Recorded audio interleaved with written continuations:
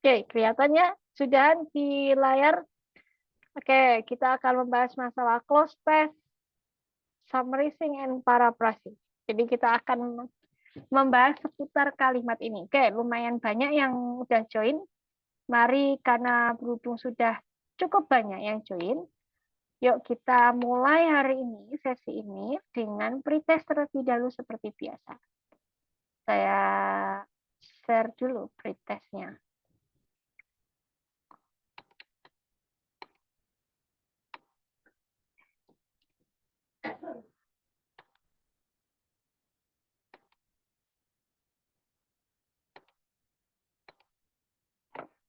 Oke, sudah share pretestnya di kolom chat.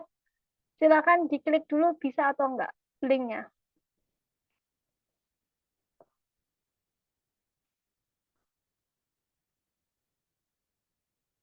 Bisa?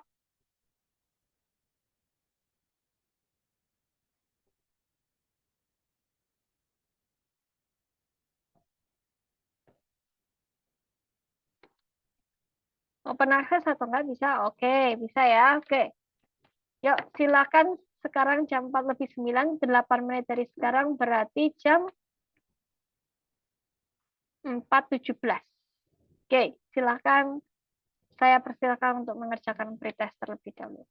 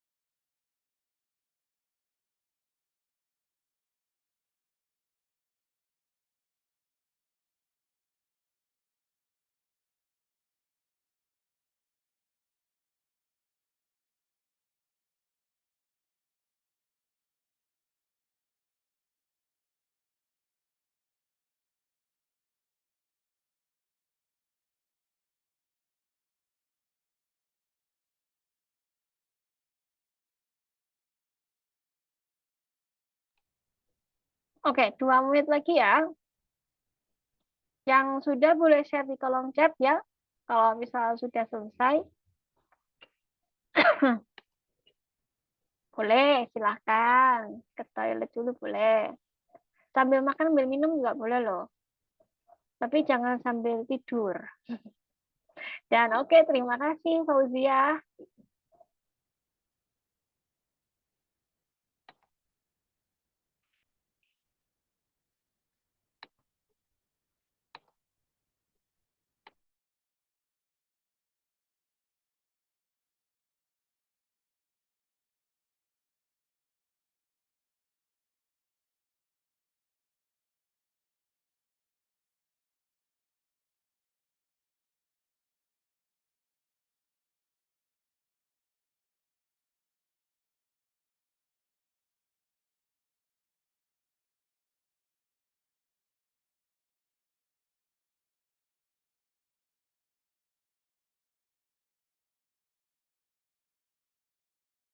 Yuk, tinggal 1 menit lagi. Silakan diselesaikan dulu bagi yang belum. Sampai 4:17.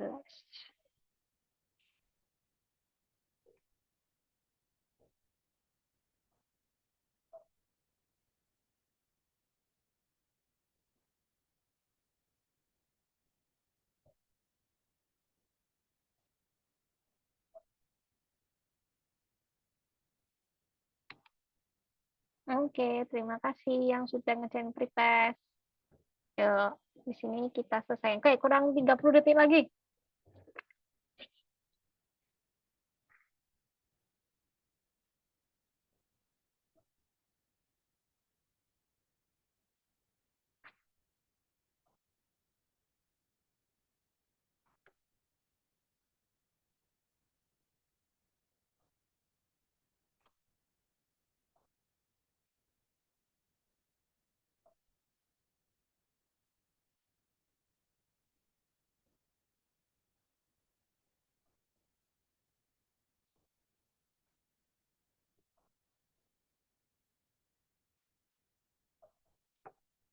Oke, sudah selesai ya. Mari kita mulai masuk ke materinya. Yang belum selesai, silakan diselesaikan sampai tuntas dulu. Sambil kita belajar materinya. Oke, kita akan masuk ke close test. Close test itu apa? Close test itu artinya kalian akan disuguhkan sebuah soal di mana kalian itu adalah berupa paragraf rumpang. Jadi teksnya itu bolong-bolong ya. Artinya bolong-bolong itu di situ kalian diminta untuk mengisi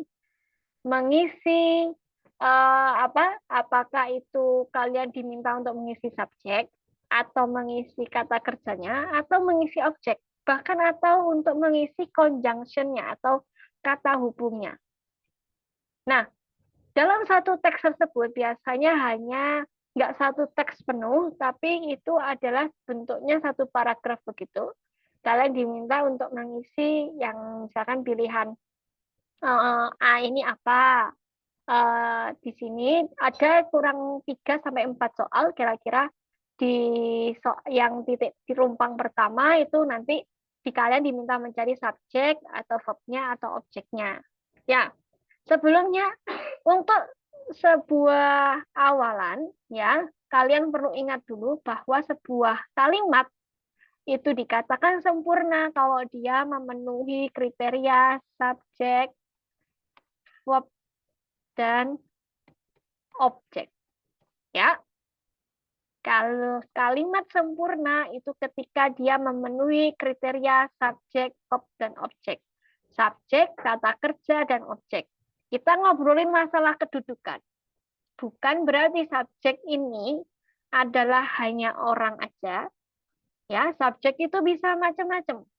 Bahkan kata benda pun bisa menjadi subjek. Benda kayak kursi, ya, kayak lemari itu pun bisa menjadi subjek. Pada intinya ini ngomongin masalah kedudukan. Sebuah kalimat itu lengkap kalau ada subjek, verb, dan objek. Jadi, bagian kosong yang ditanyakan kurang lebih adalah sekitar, kalau yang ditanyakan kalau nggak subjek, predikat atau kata kerjanya, ya objeknya. Oke, bisa saja kalian perlu tahu dulu, harus dianalisa dulu dalam satu kalimat, kira-kira yang ditanyakan apa. Kalau misalkan sudah ada subjek, ada kata kerjanya, ada verb-nya, oh berarti saya diminta untuk mencari objeknya. Kalau misalkan sudah ada subjeknya, ada objeknya, oh berarti saya diminta mencari kata kerjanya. Kalau misalkan di kalimat ada kata kerjanya, ada objeknya, oh berarti saya diminta mencari subjeknya. Ya, di antara tiga ini dalam satu kalimat itu pasti lengkap. Biasanya selalu ada subjek, kata kerja, objek, atau komplement. Komplement itu namanya pelengkap. Pelengkap itu macam-macam ya, bisa keterangan waktu, keterangan tempat. Jadi objek atau pelengkap atau komplement. Oke, sampai sini dulu diingat-ingat dulu. Kalau yang ditanyakan ada salah satu dari ketiga ini. Kalau sudah ada verb dan objek atau pelengkapnya, berarti yang ditanyakan subjeknya. Kalau ada subjek dan verb-nya, berarti yang ditanyakan objek atau komplementnya. Kalau ada subjek dan objeknya, berarti yang ditanyakan kata kerjanya. Oke, sampai sini clear dulu ya. Terus gimana Kak? Kalau misalkan mungkin nggak tiga-tiganya ini kosong. Jadi kita diminta untuk mencari subjeknya, diminta kata kerjanya, diminta objeknya. Jawabannya jelas tidak mungkin. Karena salah satu dari ketiga ini bisa kalian jadikan untuk clue. Ya, jadi tidak mungkin sebuah kalimat kosong dan kalian disuruh mencari subjeknya, predikatnya, objeknya. Saya belum pernah nemu soal kayak begitu sekalipun di soal TOEFL. Karena apa? Dalam satu kalimat itu pasti ada 1-2 kata yang bisa kalian jadikan clue atau kata kerja. Clue atau keyword ya, atau kata kuncinya untuk mengisi kira-kira subjek, verb apa dan objek apa yang digunakan, yang dijawab, yang perlu dijawab. Oke. Perhatikan dulu dua hal ini. Ya. Subjek ini adalah masalah kedudukan. Dia bisa diisi dengan pronoun atau kata ganti, bisa diisi dengan noun. Kata ganti, ya, pronoun itu bisa itu semacam kata ganti itu kata ganti orang itu ada. Kayak I, you, they, we, he, she, it, itu namanya kata ganti atau pronoun. Jadi dia mewakili subjek, tapi itu bukan berarti dia harus melulu menggantikan menggunakan kata ganti orang. Misalkan kayak I atau you atau they, ya. Bisa juga dia menggunakan nama hewan. Misalkan kayak elephant. The elephant atau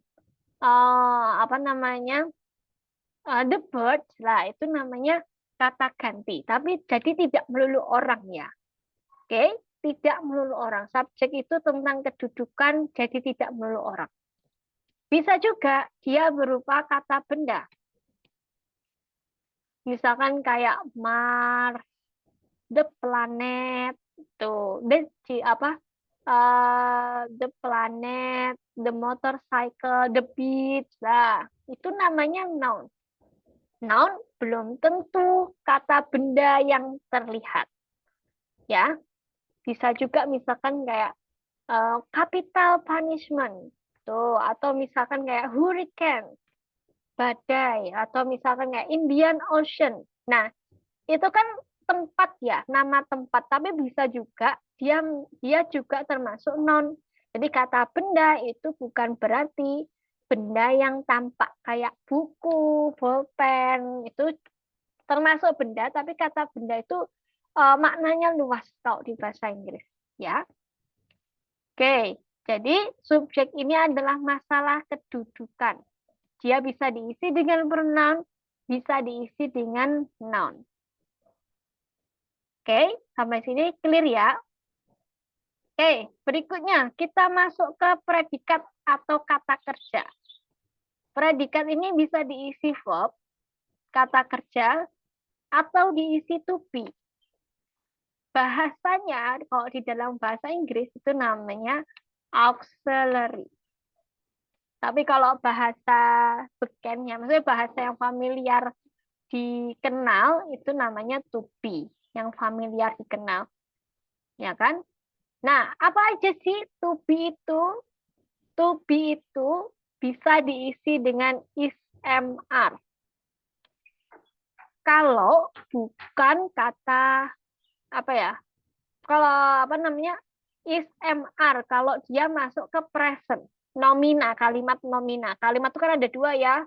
Kalimat verba yang mengandung kata kerja dan kalimat nomina. Kalimat yang mengandung di luar kata kerja. Oke? Is, am, are ini menggunakan to be.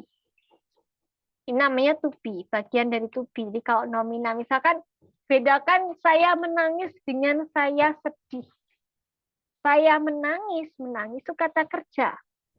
Berarti I cry. Tapi kalau saya sedih, itu kalimat nomina. Berarti menggunakan to be, I am sad.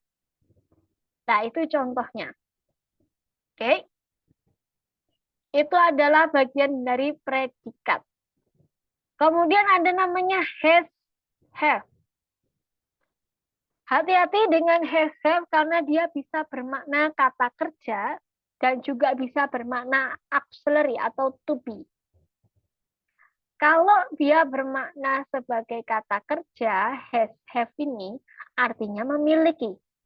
Tapi has, have juga bisa sebagai to be. Contohnya, saya memiliki payung. Saya sudah makan. Kalau yang saya memiliki payung, berarti kalian translate kalimatnya berarti I have an umbrella. I have an umbrella. Kalau saya sudah makan, berarti translate-nya adalah I have eaten. Beda ya.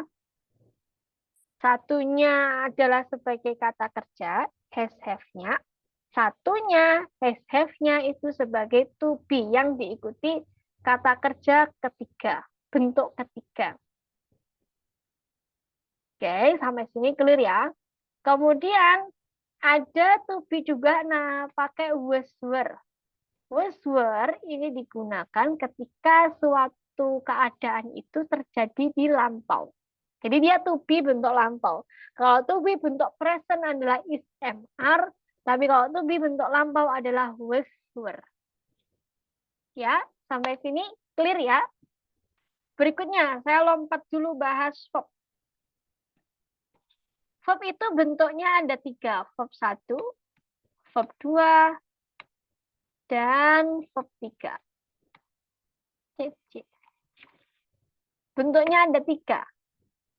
Kalau verb 1, berarti konteks kalimatnya adalah present. Present terjadi di masa kini. Di suatu hal yang dilakukan, kegiatan yang dilakukan berulang-ulang. Itu menggunakan verb 1. Kemudian ada bentuk verb 2. Itu berarti digunakan untuk kegiatan lampau atau masa lalu. Kemudian ada verb 3. Verb 3 itu digunakan untuk present perfect, artinya yang sudah dilakukan. Ya, ini sesuai dengan fungsi masing-masing ya. Verb 1 untuk present, verb 2 untuk kegiatan lampau, verb 3 untuk kegiatan yang sudah dilakukan. Nanti ada namanya verb ing. Oke, verb ing. Atau bentuk ing, verb ing. Verb ing itu berarti untuk kegiatan yang sedang dilakukan. Oke, itu contohnya. Ada verb. Oke, berikutnya. Kalau setelah subjek predikat, biasanya yang ditanyakan adalah objek. Objek ini bisa noun, bisa adverb, bahkan bisa complement. Complement itu pelengkap. Ya, noun ini berarti seputar kata benda yang kita sudah pelajari tadi. Tapi kalau adverb itu kata keterangan. Kata keterangan itu bentuknya banyak, jenisnya banyak, tapi yang familiar keluar itu ada 3. Yang pertama keterangan tempat, keterangan waktu, sama keterangan frekuensi. Ya, keterangan waktu yang jelas sudah ada waktunya, sedangkan keterangan frekuensi itu berkaitan dengan frekuensi. Jadi misalkan frekuensi itu kayak sometimes, always, terus seldom, terus twice a week, itu namanya keterangan frekuensi. Ya, adverb frekuensi, adverb of frequency. Itu yang sering keluar. Tapi kalau keterangan waktu itu kayak every, terus morning, afternoon, itu keterangan waktu. Oke, keterangan tempat sudah jelas ya. Saya rasa kalau keterangan waktu dan keterangan tempat itu cukup familiar untuk kalian. Oke, berikutnya. Kalimat itu mempunyai kelas kata. Jadi sebelum kalian terjun, pahami dulu kelas kata di dalam bahasa Inggris ya. Atau biasa kita menyebutnya dengan part of speech. Part of speech. Saya rasa kalian familiar dengan part of speech karena ini adalah materi sekolah. Jadi sudah pernah kalian dapatkan di sekolah. Bahkan di awal sekolah, di awal pelajaran bahasa Inggris pasti mendapatkan part of speech. Part of speech itu, kalau misalkan kita singkat, itu menjadi pancavit. Yang P pertama ini yang namanya pronoun, ya, pronoun. Atau kata ganti, yang ini adalah adjektif atau kata sifat. Berikutnya ini adalah noun atau kata benda. Di sini adalah ini adalah conjunction atau konjungsi. Ya, konjungsi itu kata kata hubung. Kata hubung itu kayak because, and, so, but, itu namanya kata hubung. Although, ya, therefore, itu namanya kata hubung, konjungsi. Berikutnya, di sini itu adalah adverb, kata keterangan. Yang ini adalah verb, kata kerja. Ini adalah interjection atau kata seru. Kata seru itu kayak ouch, oops, whoops. Tapi ini hampir tidak pernah keluar ya di close test. Biasanya close test itu yang ditanyakan ya kalau nggak pronoun, adjektifnya, noun-nya ya konjungsinya, atau bahkan kata kerjanya yang paling sering. Oke. Berikutnya lagi yang sering ditanyakan adalah prepositionnya. Preposition itu kata depan. Jadi kayak in front of, beside, behind gitu loh. Between, among, itu namanya preposisi. Oke. Nah, saya punya sebuah case. Misalkan nih, di sini ada subjek, ada verb, ada objek. Oke, atau complement. Terus titik-titiknya tuh di sini. Kemudian di sini sudah ada subjek, ada verb, ada objeknya. Berlaku 2 kalimat, ini klausa pertama, ya. Ini klausa kedua. Oke. Sama-sama mempunyai bentuk kalimat yang lengkap. Terus titik-titiknya ini diisi apa?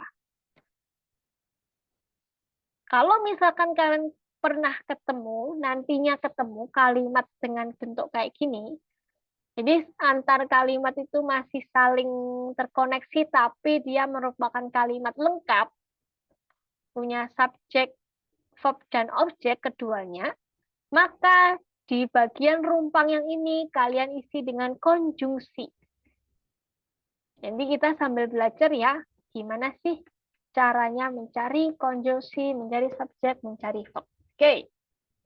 Sebelum saya masuk ke trik lainnya, ada pertanyaan atau enggak?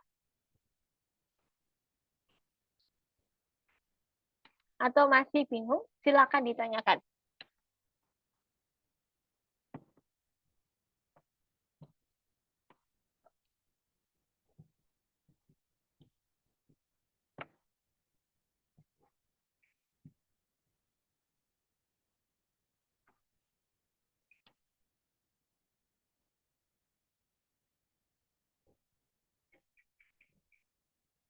Gimana? Aman?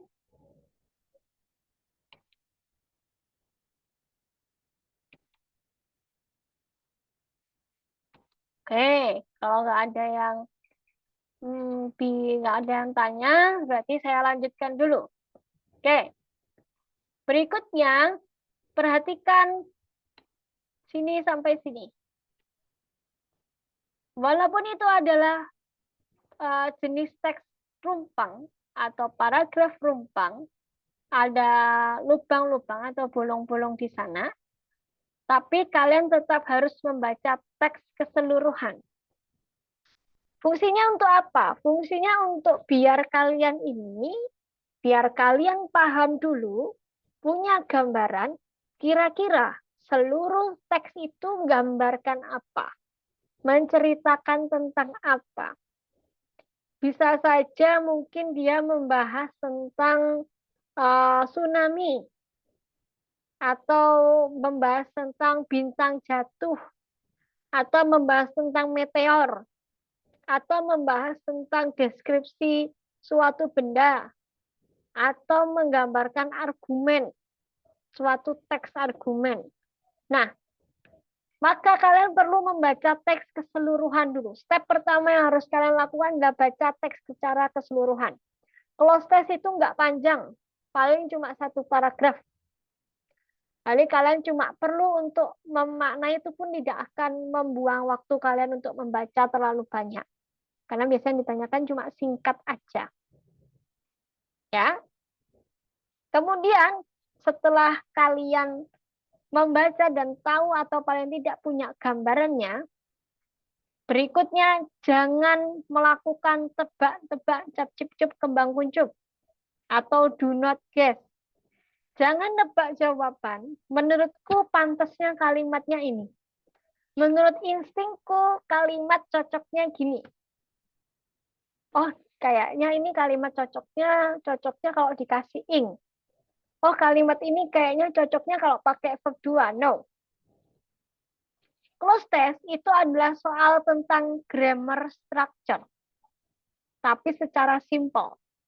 Ya, secara simple. Artinya kalian cuma perlu mengetahui beberapa clue dan kata kerja yang cukup familiar untuk kalian.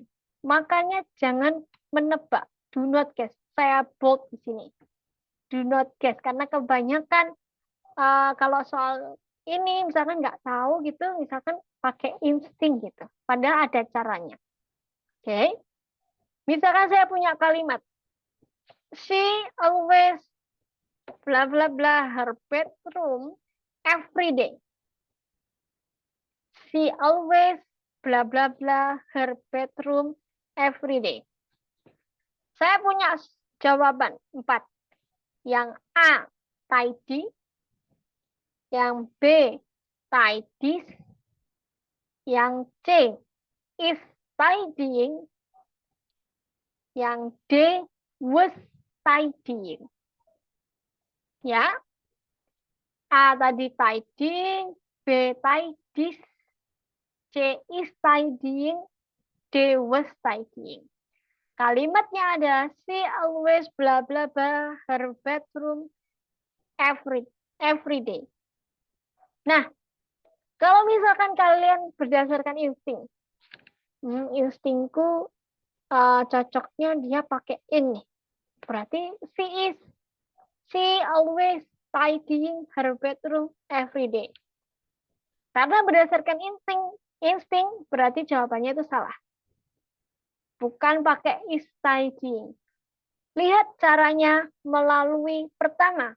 Lihat dulu, tandai keterangan waktunya. Ya, tandai keterangan waktunya. Di situ kalian menemukan ada every day. Segala keterangan waktu yang ditandai dengan every, sometimes, always itu menggunakan kata kerja bentuk pertama. Karena dia dilakukan berulang kali. Ya, berarti,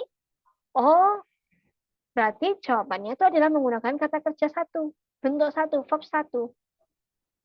Yang nomor 2, step berikutnya, cek subjeknya, ya.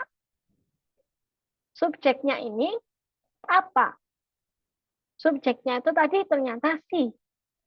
Oh, kalau si itu singular. Kalau singular, maka dia harus ditambah dengan s. Oh, berarti tadi she always bla bla bla her bedroom every day. Yang A tidy, yang B tidies, yang C is tidying, yang D was tidying.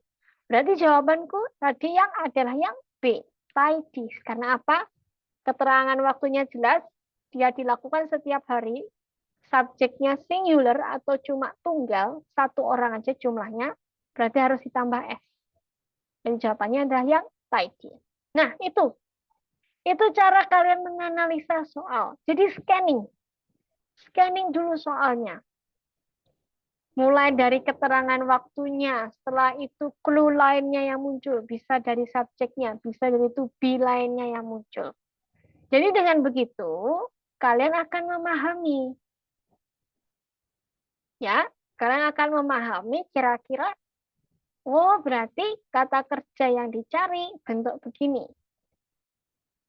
Ingat, kalau nggak subjek, kata kerja ya objek yang dicari atau komplement. Salah duanya pasti tercantum di soal. Salah duanya. Jadi kalian tinggal mencari yang menjadi pertanyaan aja. Jadi kalau ada subjek sama verb, berarti yang dicari objeknya. Kalau ada verb sama objek, berarti yang dicari subjeknya. Kalau ada subjek sama objek, maka yang dicari adalah verb-nya. Oke, paham ya? Sampai sini? Kemudian temukan clue atau keyword. Jadi keterangan waktu, subjek, apa aja yang ada di sekitar kalimat itu bisa kalian jadikan keyword atau clue untuk mencari jawaban. Perlu diingat ini adalah jenis soal grammar structure, tapi yang paling simple. Ya, dia beda dengan literasi, maksudnya bukan beda dengan teks ya. Dia termasuk literasi, tapi maksudnya beda dengan jenis soal teks yang kalian nyari main idea atau nyari purpose of the text. Jadi kalau main idea dan purpose of the text itu kalian istilahnya tinggal apa ya, bukan tinggal ya, tapi kayak mencari jawabannya di teks gitu loh. Itu langsung ketemu. Tapi kalau ini kalian perlu tahu dulu clue yang muncul apa. Nanti kita sambil belajar memahami clue-nya. Oke? Yuk, lanjut dulu. BTW ada yang ditanyakan nggak? Dari triknya tadi. Silakan. Sebelum saya move ke slide selanjutnya.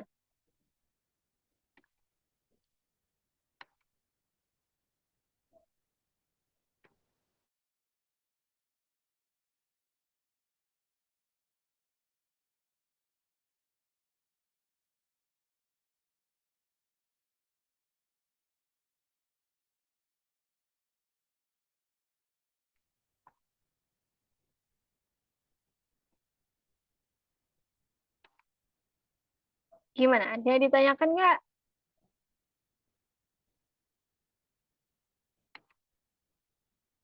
Oke, saya anggap nggak ada. Move dulu. Oke, kenali dulu dua jenis teks ini. Teks yang pertama, ya, dua jenis soal close test. Ada dua jenis pertanyaannya. Yang pertama adalah biasanya kalimat panjang dengan kata yang hilang. Jadi kalian perlu melengkapi kata tersebut ya. Jadi biasanya disuguhkan ada satu teks gitu, ada satu paragraf. Terus kalian diminta melengkapi 3-4 yang rumpang di sana. Terus kemudian yang kedua, itu adalah the second type of question. Each blank in the passage is accompanied by a word in bracket. Jadi kalau pertanyaan yang kedua, itu setiap titik-titik itu di dalam kurungnya itu ada kata kerjanya, ada katanya. Misalkan saya punya kalimat nih, ya bracket itu kata kurung, kata dalam kurung. Di situ ada kalimat Anita sometimes bla bla bla dalam kurung play volleyball. Nah, kalian diminta untuk menjawab apakah play-nya ini tetap bentuknya atau bentuknya play ini berubah menjadi kata kerja bentuk kedua kah? Atau kemudian tinggal ditambahin ingkah. Nah, kayak gitu itu. Nah, tinggal kalian lihat aja.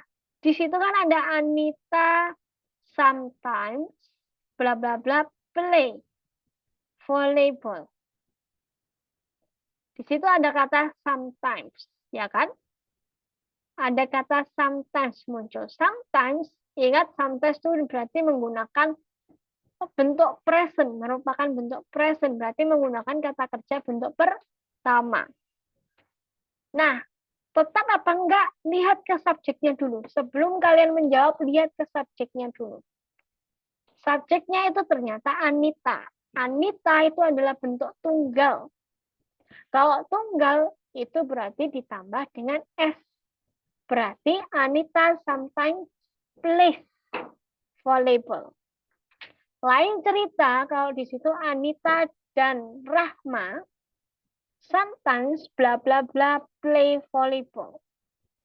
Kalau subjeknya jumlahnya ada 2 lebih dari 1 pokoknya, berarti kalian tidak perlu menambahkan S. Oke? Sampai sini clear ya? Saya anggap sampai sini clear dulu. Kalau belum ada yang ditanya, belum ada yang bertanya. Oke. Nah, ini adalah kumpulan kelas kata. Nanti kalian bisa lihat di PPT-nya, di PowerPoint-nya. Nanti boleh PowerPoint-nya di-share. Oke, saya bahas sekilas saja dulu. Contohnya kayak kata benda, ya. Kata benda ini bukan berarti benda yang terlihat, tapi benda ini berfungsi sebagai subjek ataupun objek, letaknya berada di setelah determiner. Kata benda ini bisa juga terbuat dari kata kerja, ya, yang memiliki imbuhan. Oke. Contohnya, nah ini imbuhan ya namanya, yang tabel sebelah sini tuh. Yang tabel kiri ini namanya imbuhan. Oke. Contohnya ada collect. Collect ini berasal dari kata kerja yang artinya mengumpulkan. Kemudian diberi imbuhan ion menjadi collection, akhirnya berubah jadi kata benda yang artinya koleksi. Sama kayak agree. Agree ini artinya setuju, ya kan? Di kata kerjanya, terus kemudian diberi imbuhan men menjadi agreement, persetujuan. Nah, itu contoh-contohnya. Oke? Nanti bisa kalian pelajari sendiri ya. PowerPoint-nya ini cukup jelas. Kayak gimana materinya. Oke. Daripada menghabiskan waktu, mari kita coba. Oh ya, ini dulu. Oke. Penting untuk kalian mengetahui tentang kata hubung atau konjungsi. Jadi fungsinya dia menghubungkan 2 kata, frasa atau kalimat. Ya. Kalau misalkan dia menunjukkan sebab akibat, maka kalian bisa gunakan because atau so. Jadi contohnya gini, saya makan dengan terburu-buru. Ya kan? Di situ saya punya kalimat. Saya makan dengan terburu-buru. Terus kemudian saya saya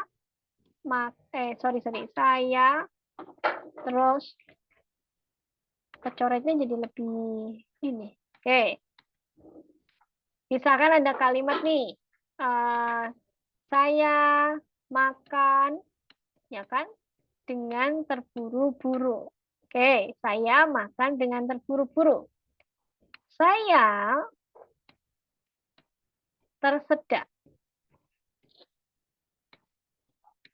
Saya menjadi tersedak. Oke. Nah, di sini ada satu klausa pertama, artinya saya makan terburu-buru. Di sini ada klausa kedua, saya tersedak. Nah, di sini kalian diminta untuk menunjukkan konjungsinya apa? Lihat dulu hubungan antar keduanya. Kalau memang menunjukkan kayak kalimat tadi, contohnya saya makan terburu-buru, saya tersedak, berarti itu menunjukkan sebab akibat. Berarti I eat rashly, so I cooking. I cooking, bukan cooking loh ya, cooking. Tersedak, batuk. So I cook. Oke. Jadi dari situ kalian bisa menganalisa, oh dia hubungannya sebab akibat. Berarti dia bisa pakai so. So bisa itu artinya jadi gitu. Jadi saya tersedak. Tuh. Ya. Oke. Sepintas saja. Karena nggak ada yang ditanyakan, silakan kita masuk ke latihan soal dulu. Analisa dulu soalnya dan coba jawab dulu, share di kolom chat. Jawaban kalian silakan share di kolom chat. Saya tunggu. Ya, sama semua ini ya. Artinya membuat, tapi kalian pakainya yang mana? Tuh. Terapkan step tadi.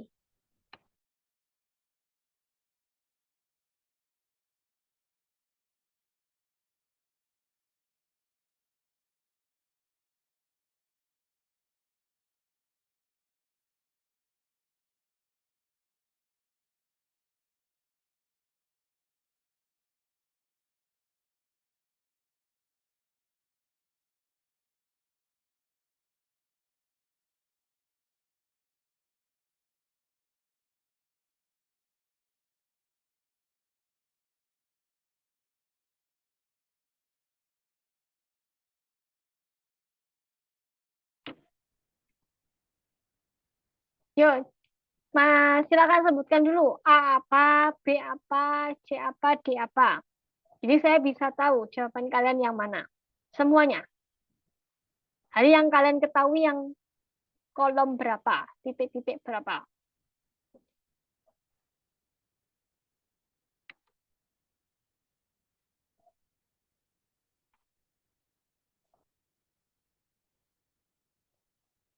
Ya, coba Ina, making itu untuk yang mana? Yang A kah? Apa yang B kah? Apa yang C?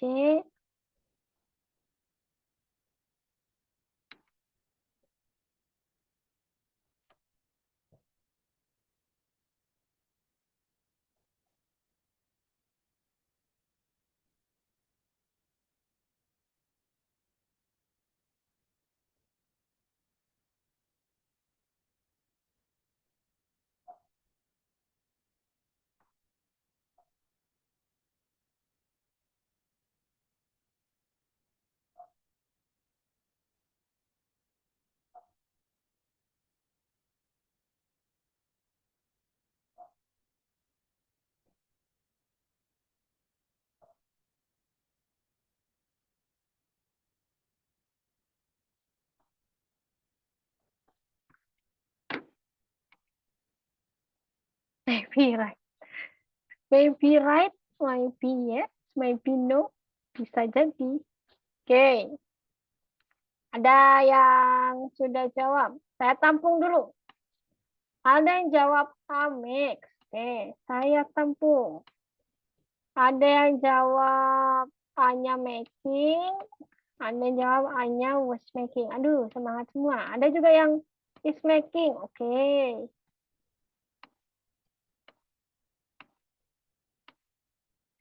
Ada yang jawab apa nih? Yang B is making, oke.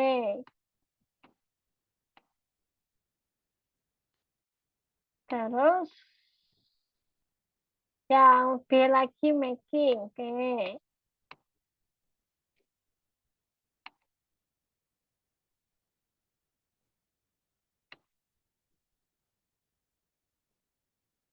B ada yang made.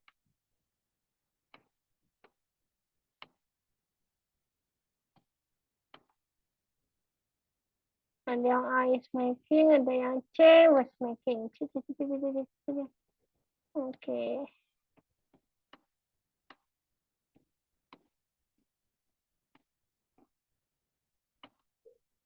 Nah, oke. Ada yang D will make.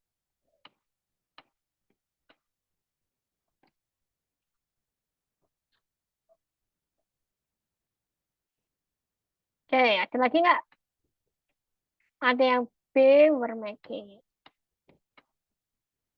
Yo, ada lagi nggak? Masih ada lagi. Keren. C were make. Kebalik, Kak. Yo, A making, B was making. Ada yang D will make. Oke. Ada yang A making, B was making. Oke, terus ada yang jawab lagi apa tuh? C makes. Oke, C makes. Dah, enough. Yuk, mari kita bahas. Step pertama, baca keseluruhan dulu. Miso is busy in her kitchen. Dinner for her family. C. Dinner for her husband and 2 children every night and enjoys it. Miso is very good cook. Masih ada yang jawab lagi. Bingung ya. Sama saya juga bingung. Ya, habis ini nggak bingung lagi. Tenang. Sabar.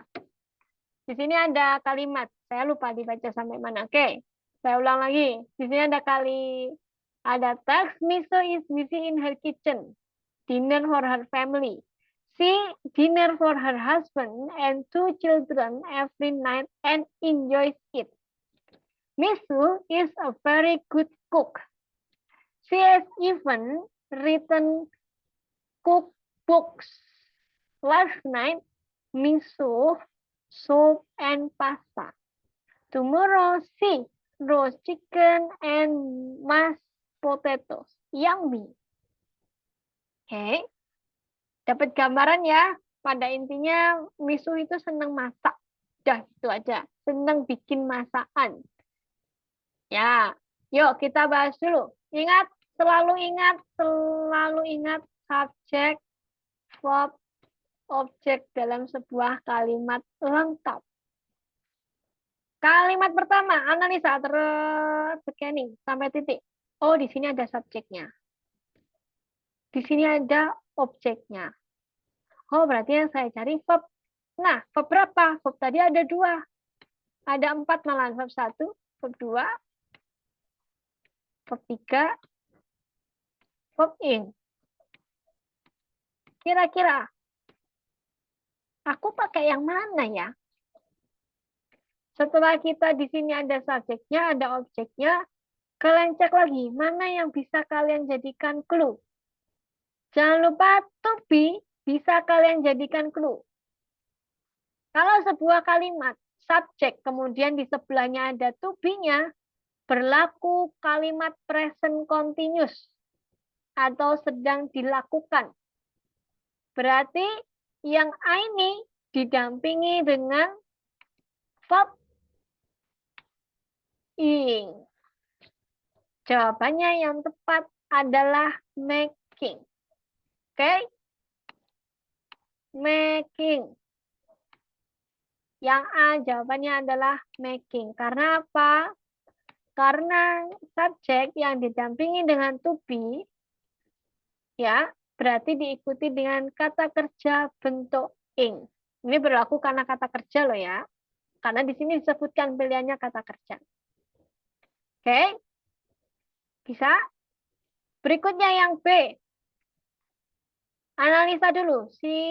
Sampai sini, sampai enjoy it. Di sini ada subjek. Kemudian ada objeknya. Oh, berarti saya harus ngisi kata kerjanya. Kata kerja apa? Keberapa? Bentuk keberapa? Bentuknya apa? Kayak apa? Lihat di dalam kalimat. Ada nggak yang bisa kalian jadikan clue? Apa coba clue-nya? Clue-nya ada di mana?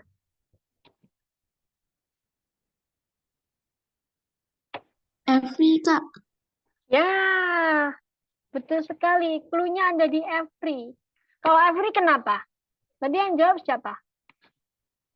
Azizah kah? Jadinya present bukan, Kak? Lupa. Ya, betul. Present. Kalau present pakai kata kerja keberapa, Azizah? 1. Satu. Kira-kira di sini ke satu ada max atau max. Kira-kira pakai yang mana?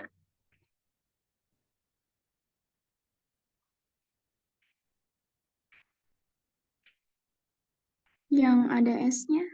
Betul, betul sekali. Yang max ya, guys semuanya. Thank you Aziza. Ya, jawabannya betul sekali. Yang ada S-nya. Karena apa? Kalau kalian sudah ketemu nih, every ini ternyata pakai present, berarti pakai kata kerja bentuk pertama. Tapi stop dulu, hati-hati dulu.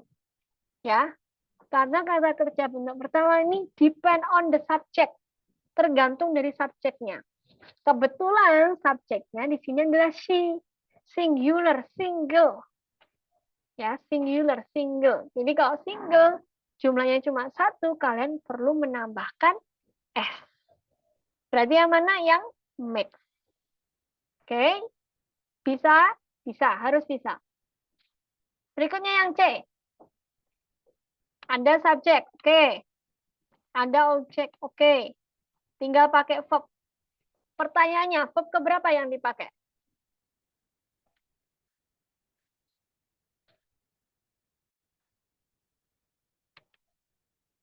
Verb keberapa?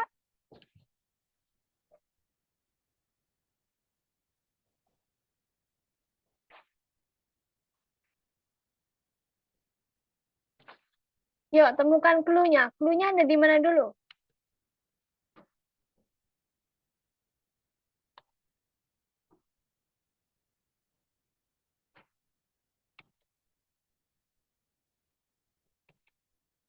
Ada di manakah clue-nya?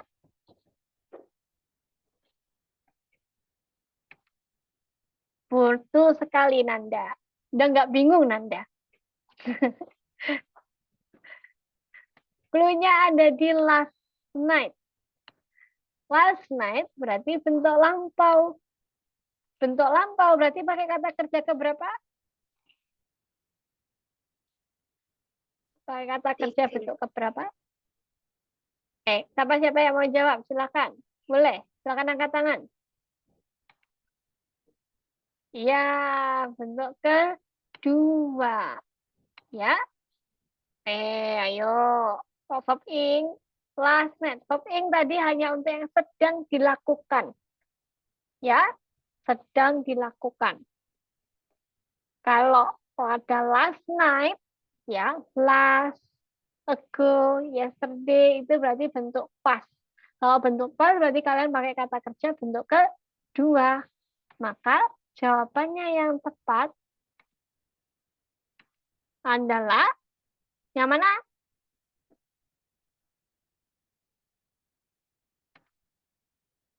Mana bentuk keduanya make?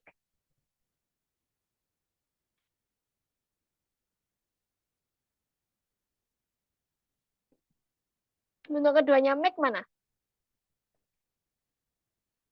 Iya, made. Betul sekali, made. Nanti pasti akan beberapa ada soal yang bentuknya kayak gini. Jadi mirip semua, kata kerjanya cuma satu artinya tapi penggunaannya beda-beda. Oke, bisa ya. Terus kemudian yang ini D, Lengkap ya, subjeknya ada, objeknya ada, tinggal lengkapi verb-nya. Tadi udah ada yang bisa jawab. Karena berhubung isi Anda tomorrow, maka di sini pakainya will make. Betul sekali. Oke? Dari sini ada pertanyaan atau enggak? Silakan ditanyakan.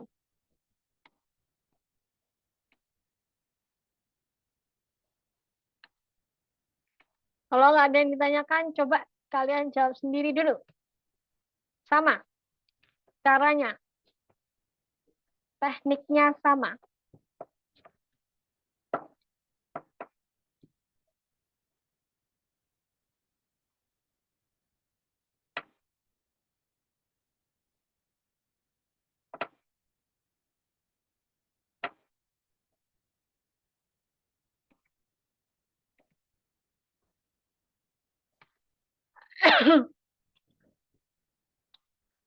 Yang D, oh yang ini. Yang D will make, ini sudah saya tentang. Kan di sini karena Anda tomorrow, tomorrow berlaku untuk future, untuk masa depan. Berarti will plus verb 1. Jadi jawabannya will make. Oke? Bisa ya? Yuk, sekarang coba sama-sama. Coba dijawab dulu yang ini. Saya tak izin minum sebentar ya. Tak off cam bentar aja.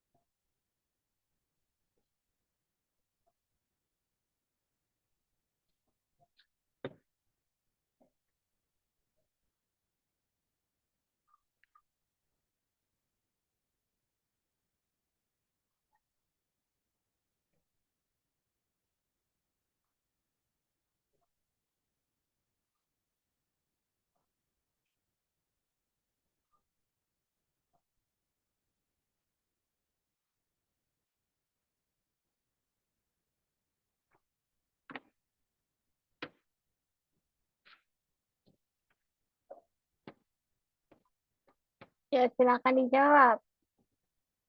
Tekniknya sama kayak tadi.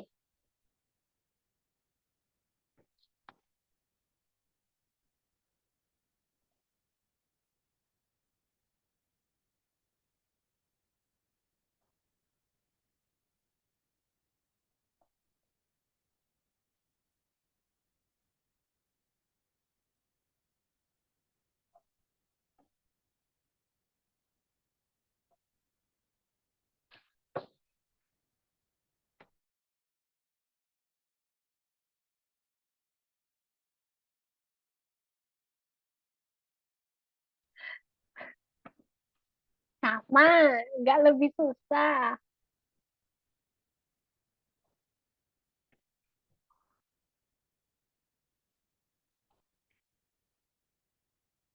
Yuk, coba dulu.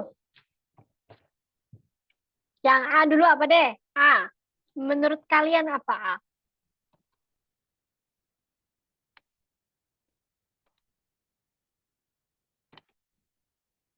Oke, yang A. Baik.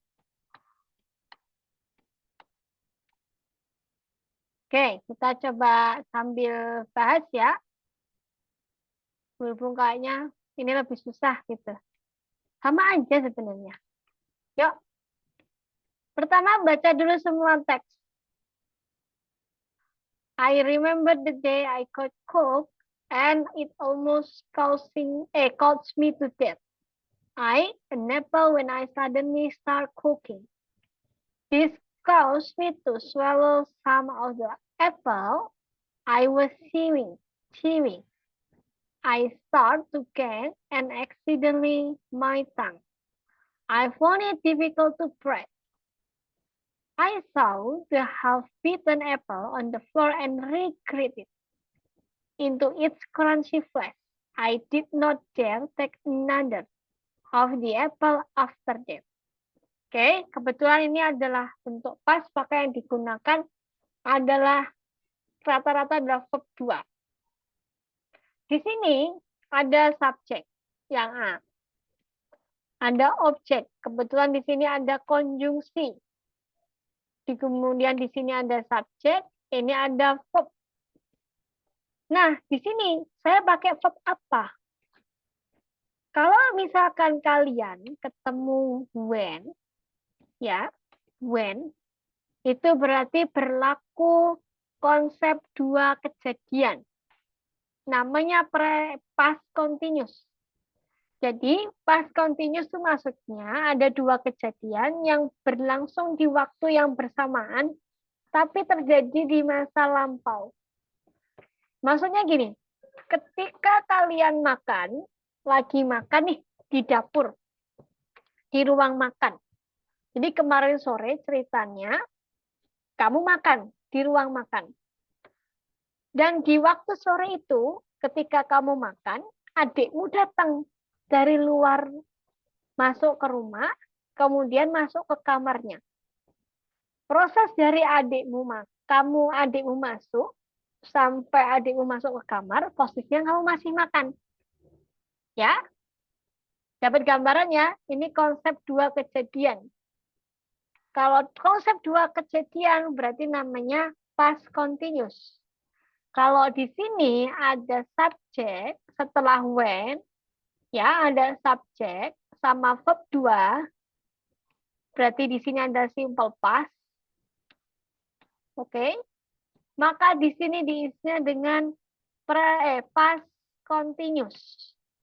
Artinya past continuous ada subjek plus was, were, plus ing. Kira-kira mana jawabannya?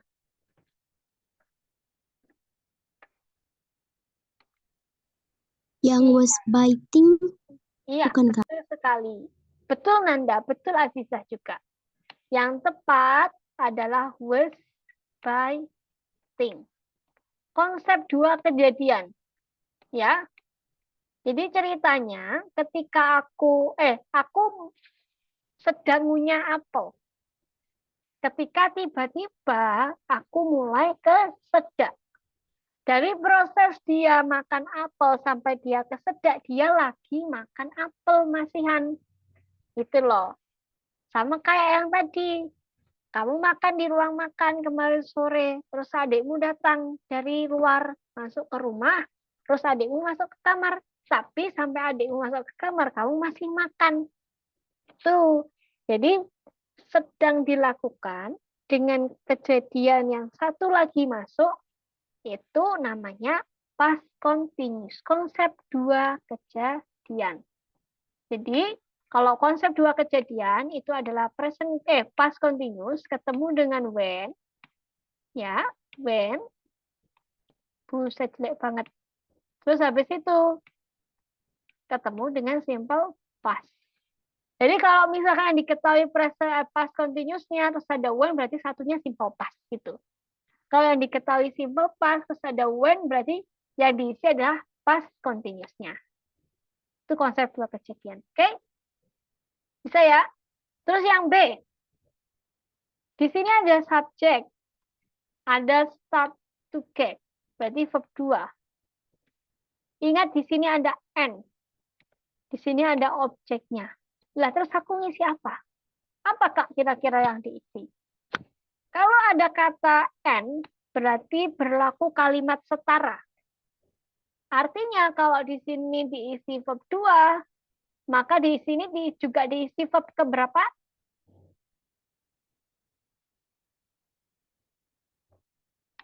Diisi verb keberapa? Diisi apa?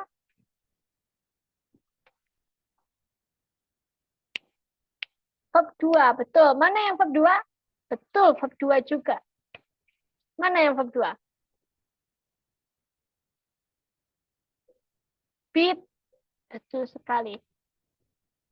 Kalau di sini ada verb 2, maka kalau diikuti dengan N ya, maka berlaku kalimat setara. Berarti di sini juga diisi verb 2. Maka jawabannya adalah, kok bite. Jawabannya adalah beat. Oke. Berikutnya, yang C. Scanning dulu. Set. Oh, di sini ada subjek. Di sini ada verb 2. Berlaku setara ya, karena ada N, di sini ada verb 2. Terus di sini objeknya. Nah, terus ini kayak isi apa, Kak? Ayo. Saya isi apa? Padahal di sini pilihannya kata kerja semua. Berarti di sini diisi kata kerja. Tapi kata kerja bentuk keberapa? Padahal di sini udah ada verb 2, verb 2. Jadi, ada sebuah aturan dalam bahasa Inggris itu bahwa verb verb itu tidak boleh berdampingan. Tidak boleh berdampingan. Maka solusinya salah satu verb harus diingkan. Salah satu verb harus diingkan. Salah satu verb harus diingkan.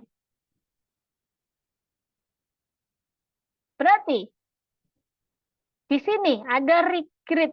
Berarti di sini siapa?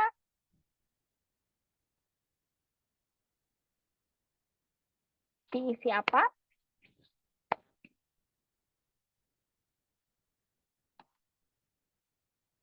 Beating. Betul sekali. Diisi beating. Oke? Ya. Jadi kalau misalkan dalam sebuah kalimat dua verb itu tidak boleh berdampingan. Jadi misalkan kayak aku suka makan coklat. Suka dan makan itu adalah verb yang berdampingan. Makanya salah satu harus diingkan. Makanya menjadi I like eating chocolate. Begitupun dengan ini. Karena di sini ada regret, dia termasuk current verb. Jadi dia adalah bentuk gerund ya namanya. Gerund. Dan semua kata kerja yang diingkan. Karena berdampingan dengan verb lain, maka dia termasuk verb yang gerund yang perlu diingkan. Maka jawabannya beating. Oke? Berikutnya. Di D. Di sini ada kalimat set, terus di sini ada another. Another ini jumlahnya tidak terhingga atau kita belum tahu. Kalau belum tahu, kita bisa anggap dia sebagai singular. Berarti yang mana jawabannya?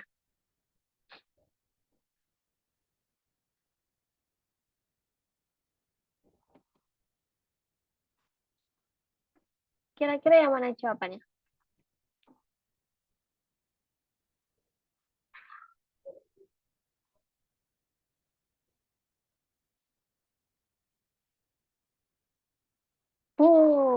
Betul sekali. Bite. Ya. Bite. Sip. Oke. Sekarang ada pertanyaan atau tidak?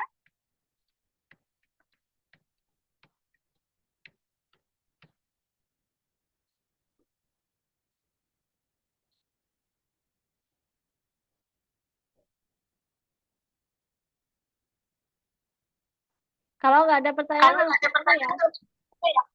Kak, kita ya boleh, silakan. maaf izin bertanya. Kan banyak kosakata yang nggak tahu, Kak. Terus barangkali ada tips buat ngejawab soalnya supaya nggak susah, Kak. Kalau saya kosakata yang nggak tahu, Atau tenses yang kurang paham ke gimana? Iya, Kak. Oke. Kalau misalkan kalian ketemu sebuah kalimat kayak gitu itu, berarti sebenarnya itu tadi adalah kalimat yang sederhana, tesis sederhana.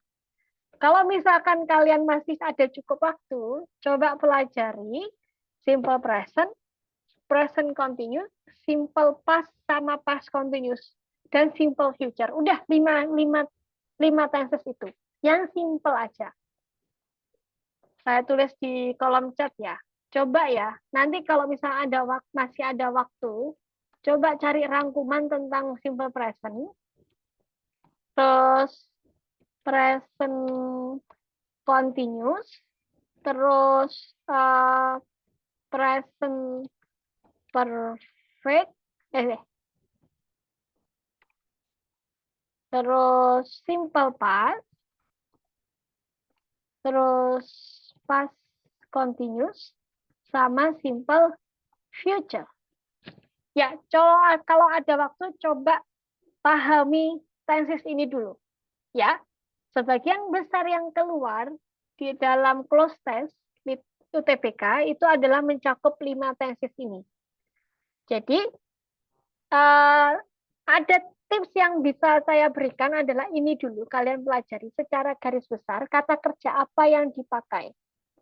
Nah, baru kalian dalam soal terapkan trik yang tadi. Nanti pasti kalian paham, oh dia pakai ini. Dia nanti pakai apa namanya simple pakai kata kerja bentuk pertama, kedua ataupun ketiga. Oke? Jadi dari situ dulu ya. Kalau misalkan tipsnya adalah mau tidak mau kalian memang pahami dulu triknya. Jadi dari keterangan waktunya, dari biasa diketahui, tenang aja. Tadi kan kalian juga biasa diketahui kan, kayak making, terus habis itu byte. Sebenarnya kan kalian ketahui kan, tapi masalahnya ini dalam bentuk kata kerja keberapa lah itu yang sedikit repot. Oke?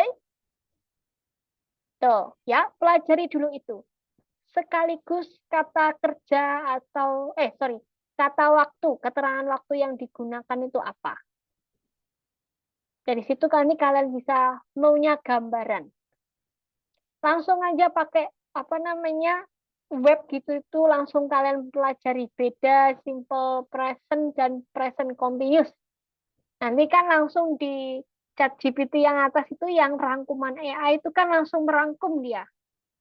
Killer yang paling singkat yang sekalian ada contohnya. Nah, itu kalian bisa terapkan di situ ya. Saya nggak bisa banyak berikan trik banyak karena memang kalau proses ini yang muncul beneran cuma satu teks itu aja. Oke, biasanya muncul cuma satu teks. Tapi kalian bisa gunakan trik yang saya tadi sebutkan. Baca seluruh soal dulu. Temukan keterangan waktunya, temukan clue-nya, baru ke subjeknya. Oke, lalu terapkan di tesis ini tadi. Tesisnya sederhana, beneran sederhana. Paling kalau nggak digunakan yang kalau nggak verb 1, verb 2, verb 3, verb ing. Selesai, itu aja. Oke, ada pertanyaan lagi? Cukup, Kak. Terima kasih. Oke.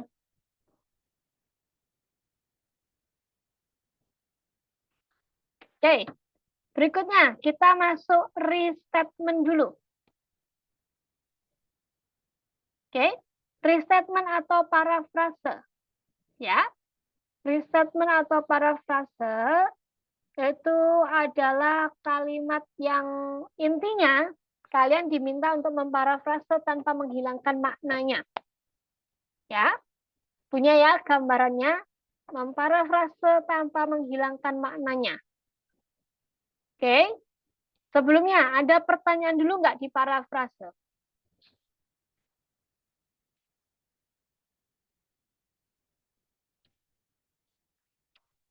Ada nggak? Kalian pasti sudah sering menjumpai parafrase dan karena sering tryout dan latihan soal, pasti pernah ketemu parafrase. Apa yang kalian bingungkan di parafrase? Itu dulu. Silakan. Saya akan bertanya 1 menit sebelum kita ke latihan soal.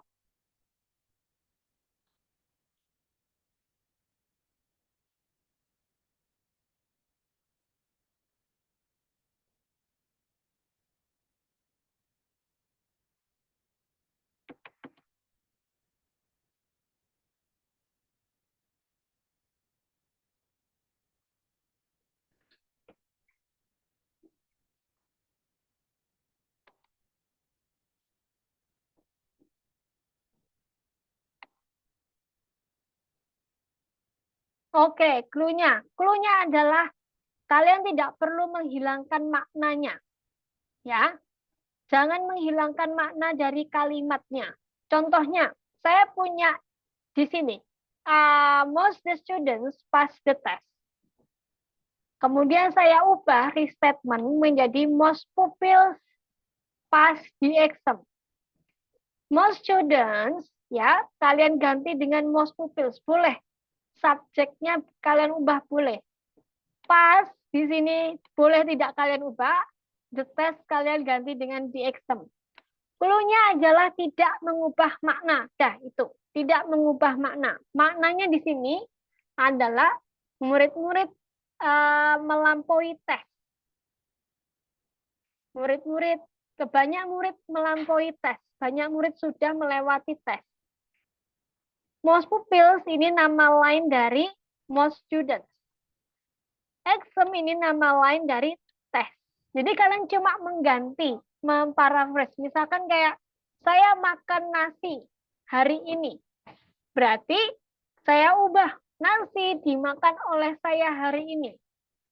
Yang tidak boleh adalah kalian ubahnya dari kemarin sore nasi dimakan oleh saya. Itu nggak boleh. Karena kalian merubah esensi bahwa hari ini saya makan nasi.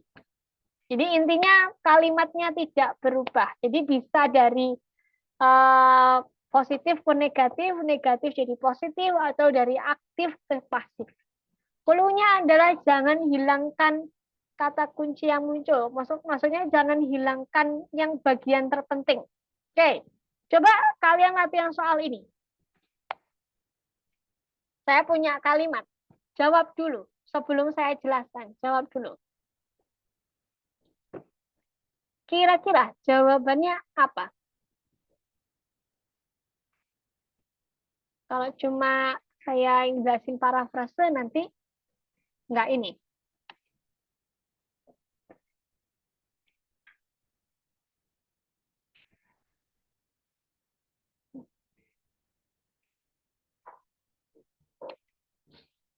Yuk, coba jawab dulu soalnya.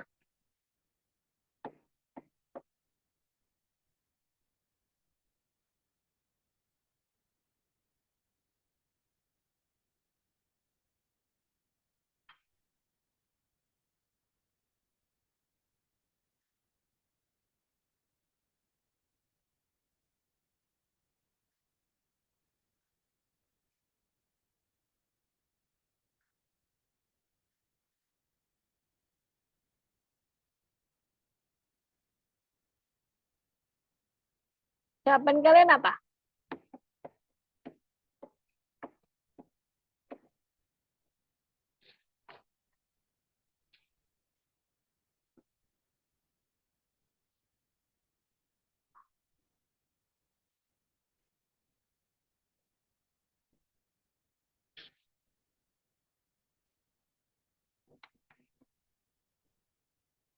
Oke, mari kita kumpulin jawaban. Lainnya. Saya juga mau tahu yang lainnya.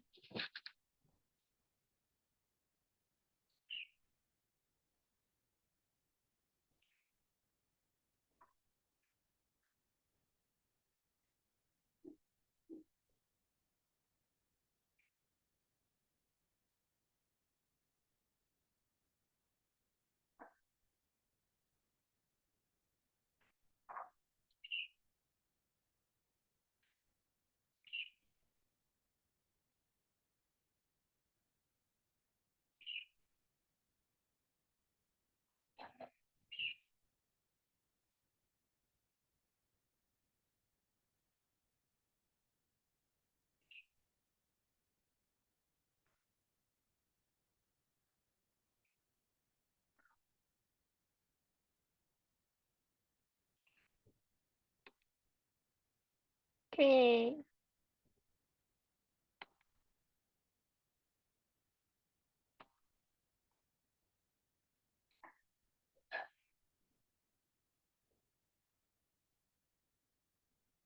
Yuk, ya.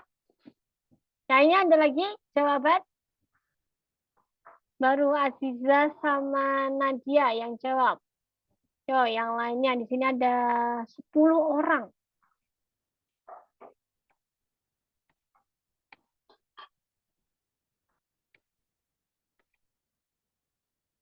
Oke, Inas juga A. 3 orang. Berarti kurang berapa? Kurang 7. 7 lainnya. Saya tunggu.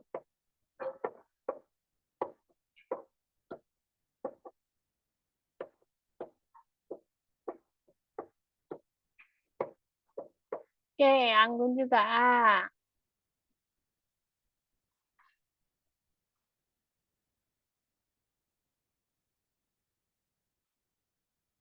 Oke, mari kita coba bahas. Di sini ada kalimat. Ada pertanyaan. Which sentence is best paraphrase? Kalau ada kata best paraphrase, berarti kalian harus memparafrase.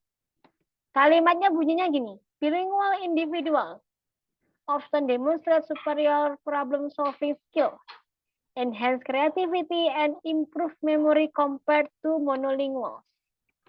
Ya, jadi orang yang menguasai 2 bahasa seringkali digambarkan dengan kemampuan problem solving yang baik, yang super, ya, terus peningkatan kreativitas dan mempunyai memori jangka panjang yang peningkatan memori ya dibandingkan dengan yang menguasai satu bahasa. Yuk, kebanyakan jawabnya A. Mari kita coba analisa dulu jawabannya sambil dieliminasi. Di sini ada E, memory and problem solving skill are unaffected. Bukan ya, bukan jawabannya. Bilingual individuals are better at problem solving than monolinguals. Ya, but their creativity and memory remain the same. Apakah sama dengan monolingual? Tidak. Tiga-tiganya berbeda. Yang C, speaking two language enhance cognitive skills like problem solving, creativity, and memory more than speaking one language. Berbicara 2 bahasa meningkatkan skill kognitif seperti problem solving, creativity, dan memory daripada berbicara 1 bahasa. Masih nyambung tipis-tipis ya, kita pilih dulu. Problem solving, creativity, and memory are areas where monolingual excels over bilingual. Apakah dia berhubungan sama apakah monolingual lebih unggul? Bukan. Sisa 2.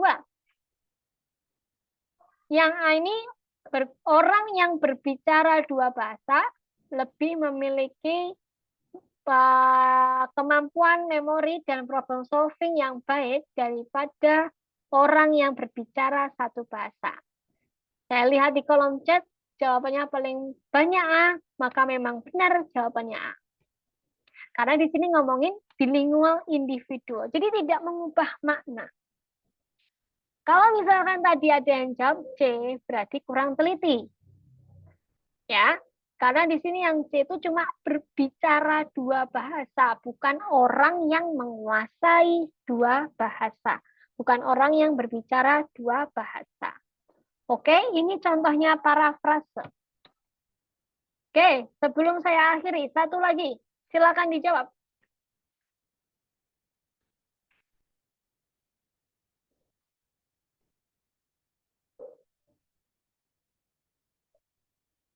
Satu menit aja. Pendek nih maksudnya kalimatnya.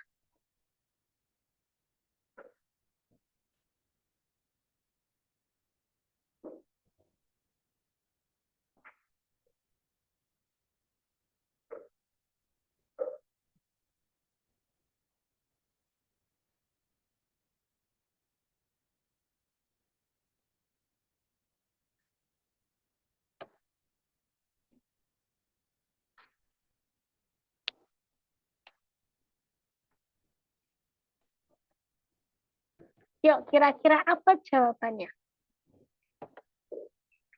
Nggak usah lama-lama.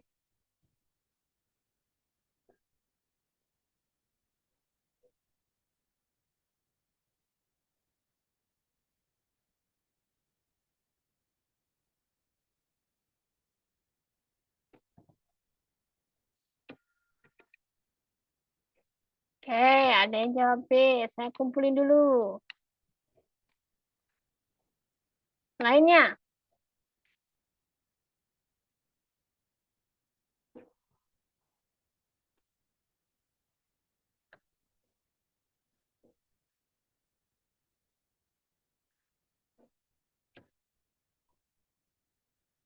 Oke. Lainnya lagi. Ada lagi nggak? Saya cuma 2 yang jawab.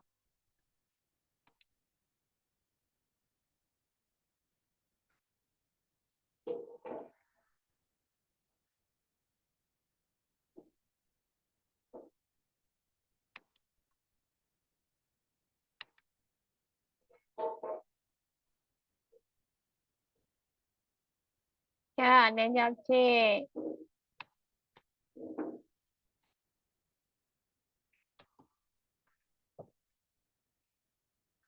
Yuk, lainnya saya tunggu.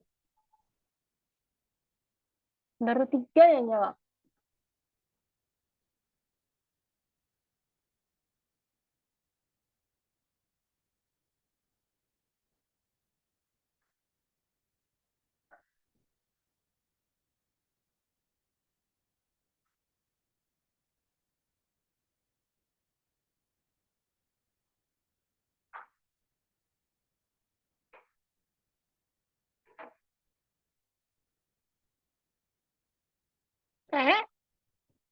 Mas, yuk, mari kita bahas. Oke, di sini ada kalimat ya. There is no known way to prevent type 1 diabetes. Tidak ada, belum diketahui caranya untuk menghindari diabetes tipe 1. Belum diketahui caranya untuk menghindari atau mencegah diabetes tipe 1. Yang E ini tadi, ada nobody can prevent type 1 diabetes. Tidak ada seorang pun bisa mencegah diabetes tipe 1. Salah. Kita nggak lagi ngomongin orang. Karena semua orang bisa mencegah diabetes. Tapi kita cuma belum tahu caranya untuk mencegah diabetes tipe 1. Yang D, everyone must likely be diagnosis of type 1 diabetes. Setiap orang didiagnosis menderita diabetes tipe 1, apalagi ini. Yang C, people are susceptible to type 1 diabetes. Orang-orang dicurigai menderita diabetes tipe 1. Kita lagi nggak bahas orang-orang. Bukan jawabannya. Yang B, science and doctor have got no idea how to prevent type 1 diabetes. Ilmuwan dan para dokter tidak mempunyai ide bagaimana cara mencegah diabetes tipe 1. Menyebutkan orang atau enggak?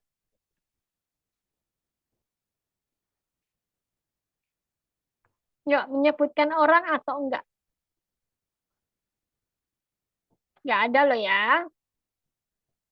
Ini hanya belum tahu caranya, bukan mereka tidak tahu. Bukan scientist and doctor. Jadi kalau tidak disebutkan, jangan membuat makna baru. Jangan membuat kalimat baru. Kalian hanya boleh untuk mengotak-atik kalimat yang tersedia. Tapi bukan berarti membuat makna kalimat baru. Maka ini bukan jawabannya.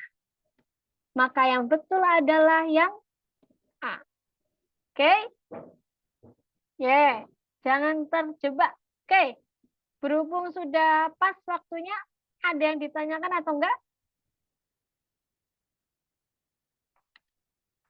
Silakan. Barangkali ada yang mau ditanyakan. Oke, sambil saya share link proses ya. Silakan dikerjakan dulu link prosesnya. sambil sekalian saya tutup, kalau ada yang ditanyakan silakan tanya di kolom chat. Terima kasih untuk kehadiran hari ini. Maaf kalau misalkan ada salah kata. Wassalamualaikum warahmatullahi wabarakatuh. Ya, saya kembalikan ke Kak Mentor ya. Kak Asih silakan.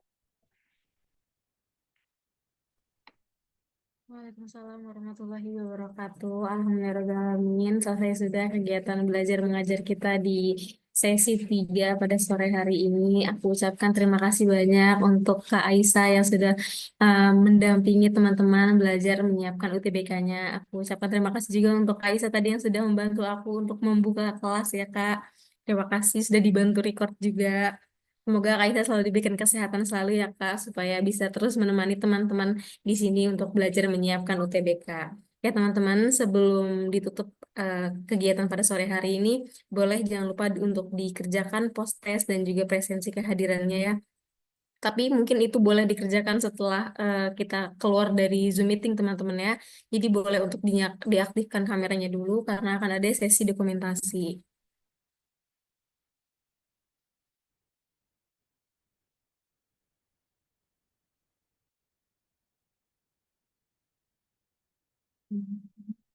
Oke, yuk teman-teman yang mau mengaktifkan kamera ditunggu.